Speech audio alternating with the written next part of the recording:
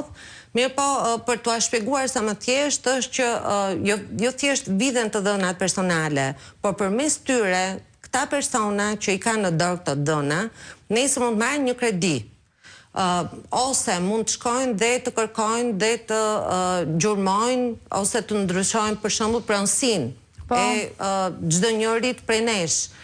Mundet të krijojnë një tjetër kartë identiteti ose një dokument tjetër dhe ti rezulton për shembull si i kërkuar diku mund të kryen krime. Dhe rezultojnë që kanë në fakt kanë vjedhur identitetin tënd. Pra ti nesër pas nesër mund të përfundosh një njeri në kërkim, ndërkohë që nuk e bër asgjë. Siç na tregoi për shembull ose në rastin e mbaj mend të incineratorit Fantazëm. Nëse mban mend që dolën disa të moshuar, disa kishin vdekur për shembull, po rezultonin se ishin gjallë ndërkohë që ishin pronar, ose disa të tjerë që nuk e dinin fare sepse ishin në azil, po ndërkohë figuronin se kur kishin llogari bankare dhe kryenin transaksione, blerje fiktive.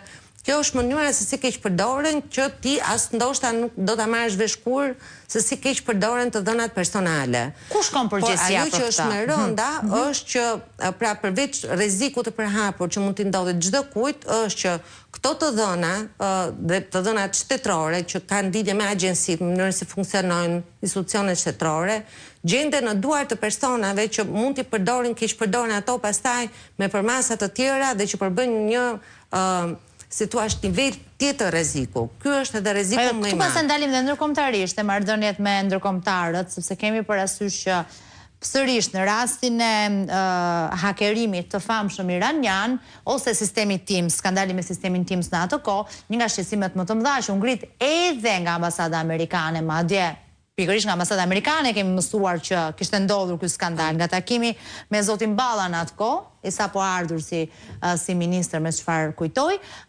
u ngrit pikërisht ky shqetësim, fakti që të dhëna sensitive të personave që janë pjesë e shërbimit diplomatik apo më tepër se sa kaq edhe shërbimeve sekrete, të cilat praktikisht ishin në ato duar që mund të ishin. Imagjinojmë tani përsa e përket këtyre të dhënave që janë nga akshi, që janë më gjerë se sa aq, se sa thjesht sistemi Teams.